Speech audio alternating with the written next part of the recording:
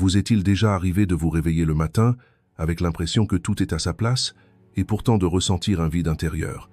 Le succès est là, les gens sont là, les jours passent, mais un vide silencieux persiste. Selon Carl Jung, il ne s'agit pas d'une crise, mais d'une vocation. Et la vérité que personne ne vous dit ouvertement est la suivante. Les moments où vous pensez avoir perdu le sens de la vie sont souvent ceux où la véritable vie commence. Vous vous réveillez le matin, la journée commence. Vos tâches sont claires. De l'extérieur, la vie semble ordonnée. On vous connaît. Vous avez l'impression d'appartenir à un groupe. Mais intérieurement, un vide persiste, indicible. Ce n'est ni une angoisse pure, ni un profond malheur. C'est plutôt un vide silencieux. Selon Carl Jung, ce sentiment n'est pas un signe de faiblesse. Au contraire, c'est le signe que l'âme n'est plus satisfaite des apparences. Lorsqu'une personne vit trop longtemps en fonction des seules attentes extérieures, son monde intérieur se replie sur lui-même. Il est refoulé, il est ignoré, et à un moment donné, ce sentiment de vide se fait sentir. Jung affirme que lorsque l'âme humaine est négligée, la vie perd son sens, car le sens ne réside ni dans le succès, ni dans le statut social, mais dans la connexion établie avec la profondeur de soi. Ce vide commence souvent par la question « Ma vie est sur la bonne voie, mais pourquoi ne suis-je pas satisfait ?» On cherche la réponse à l'extérieur, dans le travail, les relations, la ville, les gens, mais même si le problème se déplace, le sentiment lui-même persiste. Car la source n'est pas le monde extérieur. La source, c'est le masque que l'on porte depuis des années. Jung appelle l'eccello alla persona, le visage que l'on se forge pour s'intégrer à la société. Une identité apparemment forte, un rôle qui ne pose pas de problème. La persona que tout le monde attend de vous. La persona est efficace, elle assure votre survie, mais lorsqu'on la vit seule, elle nous aliène de nous-mêmes. Au bout d'un moment, sans s'en rendre compte, on ne fait plus que jouer un rôle. Il y a une distance, même quand on rit, une lassitude, même quand on réussit, car ce succès ne nous appartient plus. C'est de là que naît le sentiment de vide. Ce sentiment ne signifie pas un manque, mais un excès. Trop d'agitation, trop d'attente, trop de conformisme. Selon Jung, l'âme se trouble pour se rappeler à elle-même. Cette agitation intérieure est en réalité une invitation, un appel silencieux qui dit « Il y a quelque chose de plus profond ici ». Nombreux sont ceux qui répriment cet appel. Ils s'activent, travaillent plus, parlent davantage, consomment plus. Mais le vide grandit, car l'âme a soif d'attention. Si ces lignes vous évoquent une certaine familiarité, ce n'est pas un hasard. C'est votre monde intérieur, longtemps négligé, qui se manifeste. Pour Jung, ces moments ne sont pas un effondrement, mais un commencement. La perte de sens est une compagne qui vous fait sursauter et vous amène à vous interroger sur votre chemin. Et pour tous ceux qui franchissent ce seuil, le premier pas est le même. Faire taire le monde extérieur et commencer à écouter sa voix intérieure. Ce sentiment de vide ne survient généralement pas soudainement. Il s'insinue lentement, d'abord par une légère insatisfaction. Ce qui nous passionnait autrefois nous laisse désormais indifférents. Vous parlez aux gens, mais sans véritable connexion. Les jours passent, mais vous ne les vivez pas pleinement. Selon Carl Jung, c'est la conséquence naturelle de l'éloignement du centre de soi. Lorsqu'une personne rompt le lien avec son rythme intérieur, la vie devient mécanique. Les actions se multiplient, les sentiments s'apaisent. Cette déconnexion est la base psychologique du sentiment de vide. Jung établit ici une distinction importante. Une personne n'est pas que pensée. Les émotions, les intuitions et le contenu inconscient font également partie intégrante de son être. Or, l'homme moderne apprend souvent à vivre uniquement avec son mental. Il se concentre sur le contrôle, la planification et le calcul. Les émotions sont refoulées, les intuitions sont étouffées, l'inconscient est ignoré. Ce refoulement finit par créer une tension intérieure. Le sentiment de vide est la manifestation superficielle de cette tension. L'âme dit « Regardez-moi aussi ». Ce sentiment est également un signe de transition. Selon Jung, la vie humaine est jalonnée de seuils. À ces seuils, les anciennes significations se dissolvent. Les identités qui semblaient jadis juste perdent leur raison d'être. La personne perçoit souvent cela comme une perte. Pourtant, cette dissolution prépare la transition vers une plénitude plus profonde. Ce sentiment de vide indique que l'ancien moi ne suffit plus. C'est une incertitude naturelle ressentie avant l'établissement d'un nouvel ordre intérieur. Il ne faut donc pas refouler ce sentiment, mais l'écouter. Si vous ressentez ce vide en ce moment, il ne s'agit pas d'un dysfonctionnement. C'est le signe que l'âme est en pleine mutation. Selon Jung, le sens n'est pas une réponse toute faite. Il émerge de la relation vivante que l'on entretient avec son monde intérieur. Lorsque cette relation est rompue, la vie semble perdre son sens. Mais lorsqu'elle est rétablie, le sens revient spontanément. La première étape consiste à accepter ce vide, non comme un ennemi, mais comme un message, car ce sentiment vous appelle des profondeurs de la surface vers les profondeurs de votre être. Selon Carl Jung, les individus se forgent un visage pour exister en société. Ce visage n'est pas choisi consciemment. Il se construit au fil du temps, en famille, à l'école, au travail, dans les relations, pour être accepté, éviter l'exclusion, paraître fort. Jung appelle ce visage la persona. La persona est l'identité qu'une personne présente au monde. Elle est ordonnée, logique, maîtrisée et souvent appréciée. Cependant, la persona n'est pas le vrai soi. Ce n'est qu'un outil. Le problème survient lorsque cet outil devient l'intégralité de l'existence. Lorsqu'une personne vit uniquement avec sa persona pendant de nombreuses années, son monde intérieur se tait. Les émotions sont refoulées, les contradictions sont cachées et les vulnérabilités dissimulées. À un moment donné, la personne commence à avoir l'impression de ne plus être le protagoniste de sa propre vie. Lorsque la persona commence à s'effondrer, cela survient généralement lors d'une crise. Perte d'emploi, rupture amoureuse, maladie ou une fatigue profonde et soudaine. La personne réalise alors que l'identité qui lui convenait jusqu'alors ne tient plus. Les rôles qui les soutenaient autrefois se dissolvent. Ce qu'ils appelaient « c'est moi » perd son sens. Selon Jung, cet effondrement n'est pas une erreur. C'est le signe que la persona a atteint ses limites. La persona est nécessaire dans la première moitié de la vie. Elle instaure l'ordre, elle donne une direction. Mais dans la seconde moitié, elle commence à restreindre l'individu, car l'âme ne désire plus seulement l'harmonie, mais la plénitude. Ce qui se produit alors est généralement un grand bouleversement intérieur. La personne se sent vulnérable car le masque est tombé. Le rôle apparemment fort n'existe plus. Il n'y a pas de réponse claire. Jung décrit cette phase comme une période dangereuse mais aussi productive. Dangereuse car la personne peut tenter de s'accrocher à son ancienne identité. Productive car le vrai soi peut se révéler pour la première fois. C'est pourquoi le sens se désintègre lorsque la persona s'effondre, car le sens était lié à ce masque depuis longtemps. Il semble que le sens se dissolve avec le masque. Beaucoup de personnes paniquent à ce stade. Elles tentent rapidement de construire une nouvelle persona, de nouveaux objectifs, de nouvelles étiquettes, de nouveaux rôles. Selon Jung, cela retarde le processus. Car le problème n'est pas l'absence d'un nouveau masque, mais l'incapacité à tolérer d'être sans masque. Lorsque le masque s'effondre, la personne se retrouve seule avec elle-même pour la première fois. Cette rencontre est déstabilisante car tout ce qui était refoulé remonte lentement à la surface. Les peurs, les contradictions, les désirs inavoués. Mais c'est précisément ce qui la rend précieuse, car le sens se redéfinit après cette confrontation. Si vous avez le sentiment que le sens de votre vie s'est dissipé en ce moment, c'est très probablement parce que votre masque ne vous soutient plus. Ce n'est pas un échec, mais le désir de l'âme d'accéder à une structure plus profonde. Selon Jung, le véritable sens ne provient pas de l'identité affichée extérieurement, mais des relations établies intérieurement. Lorsque le masque s'effondre, la vie semble vide. Mais ce qui se vide, ce n'est pas la vie elle-même, mais une enveloppe devenue inutile. Lorsque cette enveloppe se brise, la personne a l'opportunité d'établir pour la première fois un centre plus authentique. C'est précisément ici, sur un fondement sans masque, que le sens renaît. Lorsque le masque s'effondre, on se sent souvent inutile, car pendant longtemps, on a mesuré sa valeur à l'aune du rôle qu'on joue. Sa position au travail, son image aux yeux des autres, les réactions qu'on reçoit n'ont plus la même signification. Selon Jung, ce sentiment n'est pas un vide, mais un manque. L'ancienne identité s'est dissoute et la nouvelle n'a pas encore pris forme. Il est difficile de rester dans cet état d'incertitude. On aspire immédiatement à une définition.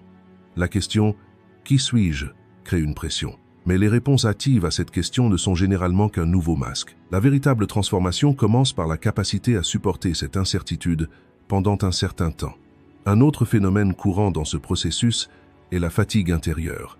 On n'est plus aussi motivé qu'avant. Les objectifs qui semblaient importants deviennent dénués de sens. Jung explique cela par une redirection de l'énergie psychique. L'énergie ne veut plus se diriger vers l'extérieur, elle se tourne vers l'intérieur. Par conséquent, on peut se sentir réticent, dispersé ou déconnecté. La société qualifie cet état de paresse ou d'indécision, mais psychologiquement, il s'agit d'un processus de restructuration du monde intérieur. Lorsque le masque tombe, l'énergie se met en quête d'un nouveau centre. Nombreux sont ceux qui se sentent seuls à ce stade, car leurs relations passées étaient souvent fondées sur ce masque. Lorsque celui-ci s'effondre, ces relations deviennent elles aussi superficielles. Selon Jung, cette solitude n'est pas une punition, mais une leçon. Pour la première fois, une personne se connecte véritablement à elle-même. Lorsque les attentes d'autrui cessent d'être ressenties, la voix intérieure se fait entendre plus clairement. Cette voix n'est pas toujours agréable. Parfois, elle critique. Parfois, elle effraie. Mais cette voix est le seul guide vers le vrai soi. Le sens émerge de ce dialogue silencieux. La confusion ressentie lors de l'effondrement du masque est temporaire. Selon Carl Jung, le lieu que l'on fuit le plus souvent est aussi le plus puissant terrain de transformation. Jung appelle ce lieu l'ombre. L'ombre représente tout ce qu'une personne refoule, non pas parce que c'est mauvais en soi, mais parce que c'est inacceptable. La colère, la jalousie, la vulnérabilité, la peur, la soif de pouvoir, la honte. Tout ce qui n'est pas approuvé par la société est refoulé dans l'inconscient. On ignore ces aspects de soi pour se définir comme bon, mais rien de ce qui est ignoré ne disparaît. Cela se tait seulement. Et tout ce qui se tait revient un jour sous une autre forme. L'ombre est souvent imperceptible. Elle se manifeste indirectement. Accès de colère soudain, crise de nerfs inexplicable, relations qui se répètent sans cesse, erreurs répétées. Selon Jung, ce dont on n'a pas conscience nous contrôle. Lorsque l'ombre ne trouve pas sa place dans la conscience, elle règne sur nos comportements. À ce moment-là, on se demande « Pourquoi ai-je fait cela ?» Mais on ne trouve pas la réponse. Car la réponse ne se trouve pas dans le mental, mais dans l'inconscient. C'est souvent là que commence la perte de sens. Lorsqu'une personne perd le contact avec ses forces intérieures, la vie lui semble incontrôlable et dénuée de sens. Nombreux sont ceux qui craignent d'affronter leur part d'ombre, car celle-ci est mal comprise et assimilée aux ténèbres. Jung, cependant, ne l'aperçoit pas comme un problème moral, mais comme une réalité psychologique. L'ombre s'intensifie lorsqu'elle est refoulée et s'atténue lorsqu'elle est acceptée. Lorsqu'une personne reconnaît son ombre, elle cesse d'être étrangère à elle-même. Cette rencontre est déstabilisante, car pour la première fois, elle se voit sans idéalisation. Ses faiblesses, tout comme ses forces, sont révélées. Mais c'est précisément cette plénitude qui permet au sens de renaître. Lorsqu'elle n'établit pas de contact avec son ombre, la personne vit constamment en conflit avec le monde extérieur. Elle blâme les autres, se plaint de la vie et est constamment perturbée. Jung explique cette situation par le concept de projection. La personne projette sur autrui les aspects de son être qu'elle ne peut accepter. Les personnes qui les agacent sont souvent le reflet de leur part d'ombre. C'est pourquoi certaines rencontres engendrent des réactions disproportionnées. Cette réaction n'est pas liée à l'instant présent. Elle est la manifestation d'un contenu refoulé dans le passé qui ressurgit dans le présent. On n'est libre que lorsqu'on reconnaît son ombre, car la liberté exige de ne pas fuir soi-même. Le processus de confrontation avec son ombre ne se fait pas instantanément. C'est une question de courage. Selon Jung, il faut d'abord apprendre à observer, à s'arrêter avant de réagir. Le but est de nommer l'émotion qui monte en soi, sans la refouler. L'objectif de ce processus n'est pas l'autoflagellation, mais la connaissance de soi. L'ombre n'est pas un ennemi. C'est une énergie enfouie dans l'inconscient. Lorsque cette énergie entre en contact avec la conscience, elle cesse d'être destructive et devient constructive. À ce moment, on acquiert une résilience intérieure. La vie n'est plus vécue comme une succession d'attaques aléatoires, car ce qui se passe à l'intérieur perturbe moins le monde extérieur. Le retour au sens commence souvent par l'acceptation de son ombre. Une personne n'est plus seulement celle qu'elle voudrait être, mais bien celle qu'elle est. Selon Jung, c'est précisément l'individuation, l'union de sa lumière et de son obscurité. Lorsque cette plénitude est atteinte, la vie paraît plus simple et plus profonde. Lorsqu'une personne cesse de se mentir, une paix intérieure émerge. Si cela vous parle, il se peut qu'un aspect longtemps refoulé de votre être se manifeste. Voyez ce moment de prise de conscience comme un signe. Quiconque commence à explorer son ombre rencontrera inévitablement une résistance intérieure, car les parts refoulées, longtemps restées enfouies, ne se sentent pas en sécurité. Elles ne s'ouvrent pas immédiatement. Selon Jung, cette résistance est normale. L'individu est confronté à un espace intérieur qui lui est étranger. À ce stade, l'impatience sabote le processus. L'ombre ne peut être dissoute par la force. Elle s'apaise par l'écoute, l'observation et l'acceptation sans jugement. Ainsi, la véritable transformation n'est pas rapide, mais profonde. À mesure que l'individu s'accorde cet espace, l'ombre cesse d'être une menace et se transforme en connaissance.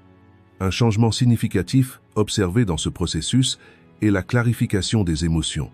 Ce qui n'était auparavant qu'un vague malaise commence à se nommer. La peur devient peur. La colère devient colère. La tristesse devient tristesse. Selon Jung, nommer une émotion, c'est éclairer l'inconscient. Une émotion nommée ne domine plus l'individu. Celui-ci apprend à la vivre. Selon Carl Jung, face à l'incertitude, le premier réflexe est de chercher à contrôler. Le contrôle procure un sentiment de sécurité. Planifier, gérer et savoir à l'avance apaise l'esprit. Cependant, ce confort est éphémère, car la vie ne se conforme pas au schéma que l'esprit crée. Plus on tente de contrôler, plus la tension intérieure augmente. Avec le temps, cette tension se transforme en épuisement. Jung décrit cela comme l'illusion du contrôle. Plus on pense contrôler de choses, moins on se sent fort, plus on s'épuise. Car être constamment sur le qui-vive ne repose pas l'âme. L'épuisement est souvent expliqué par des raisons physiques, rythme effréné, responsabilité, stress. Ces raisons sont réelles. Mais selon Jung, le véritable épuisement se vit au niveau spirituel. Lorsqu'on perçoit la vie uniquement comme un problème à gérer, l'équilibre intérieur est perturbé. Les émotions sont refoulées. L'intuition est ignorée. On croit que tout peut se résoudre par la logique. Cette approche semble fonctionner à court terme.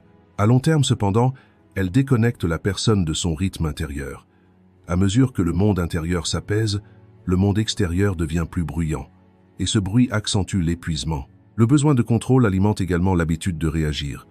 On veut répondre instantanément à tout. Messages, événements, personnes. Selon Jung, ces réactions instantanées sont des moments où l'inconscient prend le dessus. La personne qui réagit n'est pas maîtresse de son choix. Elle est simplement emportée par le flot des impulsions. Lorsque cela se prolonge, la personne se sent constamment sur la défensive. La vie devient un champ de bataille. Il y a un besoin constant de corriger, d'empêcher et d'arrêter les choses. Cela épuise rapidement l'énergie mentale. Une autre source d'épuisement professionnel est un sentiment de responsabilité excessif. On essaie de tout porter sur ses épaules, les sentiments, les attentes et les réactions des autres. Selon Jung, ce fardeau indique un flou des limites du soi. Ne sachant plus où l'on s'arrête et où l'on commence, on veut intervenir dans tout. Plus on ne peut intervenir, plus on se sent coupable. À mesure que la culpabilité grandit, le besoin de contrôle se renforce. Ce cycle consume la personne de l'intérieur, car l'âme ne peut vivre dans un état d'alerte constant. À ce stade, Jung suggère le retrait.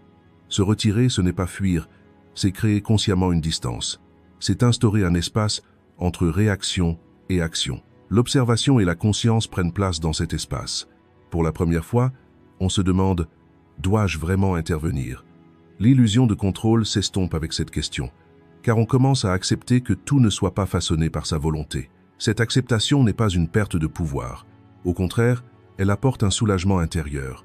La solution au burn-out ne réside pas dans l'élaboration de meilleurs plans, ni dans la mise en place de mécanismes de contrôle plus stricts. Selon Jung, la solution est de revenir au centre de soi, de considérer la vie non comme un problème à résoudre sans cesse, mais comme un processus à vivre. À mesure que l'on relâche la pression, l'énergie revient, car l'âme se répare d'elle-même lorsqu'on la laisse circuler librement. Cette réparation est silencieuse. Elle n'est pas ostentatoire, mais elle est durable. À mesure que le burn-out diminue, la vie prend plus de sens, elle n'est plus seulement supportable.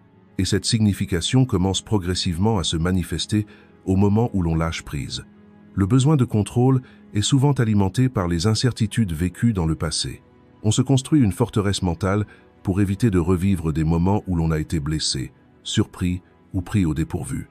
On veut calculer chaque possibilité, prévoir chaque risque. Selon Jung, cet effort est compréhensible, mais insoutenable, car la vie est si vaste qu'elle dépasse tous les scénarios que l'on peut imaginer.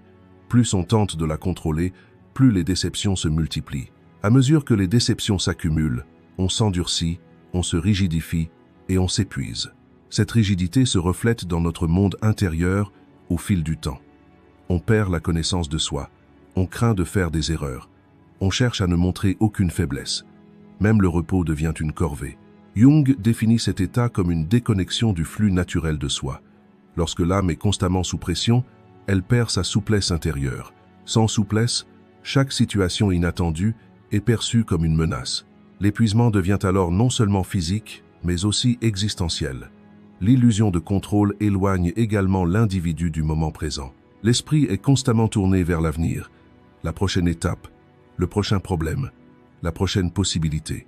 Or, selon Jung, le sens ne se trouve pas dans le futur. Il émerge du contact conscient avec l'instant vécu. Tandis que l'esprit humain avance sans cesse, l'âme, elle, reste en retrait. Selon Carl Jung, l'un des processus les plus importants de la vie est l'individuation. Ce concept est souvent mal compris. S'individuer ne signifie pas devenir plus égoïste ou s'isoler. Au contraire, il s'agit d'établir un centre plus authentique en se reconnectant à soi-même. Le retour du sens commence précisément ici, car le sens ne provient pas de fragments glanés dans le monde extérieur, mais de la plénitude établie au sein du monde intérieur. Lorsque le masque d'une personne s'effondre, lorsqu'elle se confronte à son ombre et lorsqu'elle se libère de son besoin de contrôle, elle ne peut plus continuer comme avant. À ce stade, l'individuation est l'inclination naturelle de l'âme. Le processus d'individuation progresse généralement silencieusement. Il ne commence pas par de grandes décisions ou des changements radicaux, mais par une prise de conscience intérieure. La personne voit plus clairement ce qu'elle ne veut pas. Elle réalise quelles relations et quels objectifs ne lui appartiennent pas. Selon Jung, cette étape de purification est très précieuse, car pour la première fois, la personne commence à utiliser sa propre boussole intérieure. À mesure que la validation extérieure diminue, la cohérence intérieure prend de l'importance. Avec cette cohérence intérieure, le sens réapparaît. Les actions ne sont plus entreprises pour autrui, mais en harmonie avec soi-même. Dans ce processus, la perception de soi se transforme. Les aspects autrefois perçus comme des défauts deviennent des composantes reconnues de l'être. Jung définit l'individuation comme la réconciliation des contraires. Le fort et le fragile, la raison et l'émotion, la lumière et l'obscurité coexistent au sein d'une même structure. Lorsque cette réconciliation est accomplie, le conflit intérieur s'apaise. L'individu cesse de se livrer une guerre contre lui-même. Cette cessation n'est pas de la passivité. C'est une forme d'existence plus équilibrée. Le sens prend racine dans cet état d'équilibre. La vie peut encore être semée d'embûches, mais elle ne perturbe plus l'équilibre intérieur de l'individu. L'un des effets les plus significatifs de l'individuation est l'accroissement du pouvoir de choix. L'individu s'affranchit des réactions automatiques. Selon Jung, une personne indivisible ne se sent pas obligée de réagir à chaque stimulus. La conscience intervient entre la réaction et l'action. Cette conscience est porteuse de sens, car l'individu est désormais sujet de ses expériences. Ils assument la responsabilité non pas de ce qui leur arrive, mais du sens qu'ils lui donnent. Cette responsabilité n'est pas un fardeau, mais une libération. Un calme ancrage remplace la perte de sens. À ce stade, beaucoup confondent sens et grands idéaux. Jung, cependant, souligne que le sens est souvent simple. Il émerge de la relation que nous tissons avec la vie quotidienne, dans le travail accompli, dans les rencontres, dans un instant vécu. À mesure que l'individuation progresse, la personne prend conscience de sa relation à la vie elle-même. Elle ne cherche plus à extraire un message de tout, elle écoute le flux de la vie. Cette écoute engendre la maturité intérieure. Le sens n'est plus recherché, il est vécu. Le processus d'individuation n'est pas un but ultime. Selon Jung, c'est un mouvement qui dure toute la vie. Il arrive que l'on s'éloigne de son centre, il arrive que l'on retombe dans ses vieilles habitudes. Mais une fois le contact intérieur rétabli, le sens ne disparaît pas complètement, il s'atténue seulement, et il redevient accessible. Selon Carl Jung, la transformation ne s'achève jamais dans le bruit. Les moments de décision importants, les ruptures brutales ou les changements visibles de l'extérieur ne sont souvent que la surface du processus. Ce qui perdure véritablement, c'est le changement intérieur silencieux qui s'installe. Une personne se réveille un matin et ne peut pas dire que tout a changé, mais elle réalise qu'elle regarde désormais la vie sous un autre angle. Les réactions s'apaisent. La précipitation diminue. Ce qui était difficile l'est toujours, mais n'est plus perturbateur. Cet état est le premier signe que le sens est revenu, car le sens n'émerge pas lorsque l'on a l'impression de dominer sa vie, mais lorsque l'on parvient à se connecter à elle. Cette fin silencieuse n'est pas une véritable clôture, mais l'instauration d'un nouvel ordre. Jung dit que la personne qui vit le processus d'individuation ne cherche plus à contrôler sa vie. Elle fait un pacte avec elle. Elle observe au lieu de contrôler. Elle écoute au lieu de forcer. Elle ne se sent plus obligée de combler chaque vide. Elle peut vivre plus sereinement avec l'incertitude. Ce confort n'est pas de l'indifférence. C'est un état de confiance plus profond. Accepter que chaque instant de la vie ne soit pas un problème à résoudre allège l'âme. Cette légèreté est la forme la plus simple d'un sentiment de sens. Dans cette transformation silencieuse mais durable, Le langage que l'on utilise envers soi-même change également. La critique intérieure s'adoucit. Les erreurs ne sont plus perçues comme définissant l'intégralité de notre personnalité. Selon Jung, c'est la maturation du soi. On ne se perçoit plus comme une entité en constante évolution, changeante et profonde. Cette perspective crée une stabilité intérieure. Même lorsque la vie est tumultueuse, le cœur de l'individu est moins ébranlé. Le sens trouve discrètement sa place en ce cœur. À ce stade, une chose importante devient évidente. Le sens n'est pas synonyme de bonheur. Jung souligne qu'une vie pleine de sens n'est pas toujours une vie confortable. Les difficultés persistent, des pertes surviennent, l'incertitude est permanente. Mais l'individu n'est plus brisé par ces épreuves. Les expériences cessent d'être des coups qui détruisent le soi. Elles deviennent des expériences. Le sens n'est pas l'absence de douleur.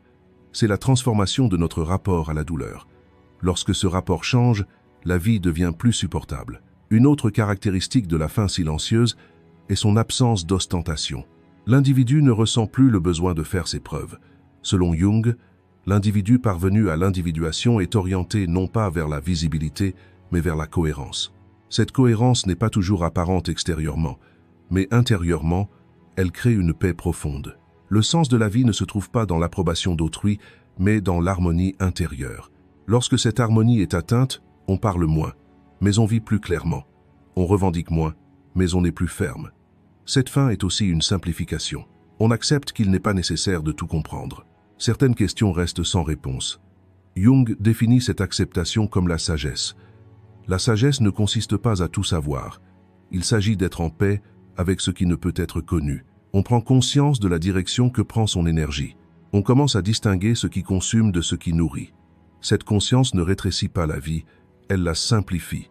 Une vie simplifiée engendre moins de complexité. À mesure que la complexité diminue, le sens devient plus visible. Un autre indicateur de cette fin silencieuse mais durable est la disparition du sentiment de précipitation. On ne souhaite plus tout résoudre immédiatement. Jung décrit cet état comme une relation mature construite au fil du temps. L'avenir cesse d'être effrayant. Le passé n'est plus constamment ressassé. On est davantage enraciné dans le moment présent. Cet enracinement crée un sentiment de sécurité face à la vie. Le sens s'approfondit au sein de cette sécurité, car le sens se renforce non par la vitesse, mais par la continuité. À ce stade, la définition du succès change également. Alors qu'auparavant le succès était évalué selon des critères externes, il se mesure désormais à l'aune de l'équilibre intérieur. Selon Jung, le plus grand succès pour un individu est de pouvoir vivre sans se contredire. Cette absence de contradiction n'offre pas toujours un chemin facile. Mais lorsqu'on comprend le prix à payer, le fardeau s'allège. La vie n'est plus perçue comme une suite d'événements aléatoires, mais comme un voyage conscient. Cette fin silencieuse devient aussi le terreau d'un nouveau commencement. Jung décrit cet état comme l'établissement du centre intérieur. L'individu ne lie plus le sens de sa vie aux conditions extérieures. Même si la vie change, le centre demeure. Ce centre n'apporte pas de réponse à tout, mais il offre une profondeur à toute épreuve. Et cette profondeur est la forme de sens la plus durable. Elle n'a besoin ni de bruit, ni d'approbation. Elle accompagne la personne et se fortifie avec le temps. Ceci conclut notre vidéo. Pour plus de contenu, abonnez-vous à notre chaîne. Si vous souhaitez nous soutenir financièrement, vous pouvez devenir membre en cliquant sur le bouton « Rejoindre ». Merci.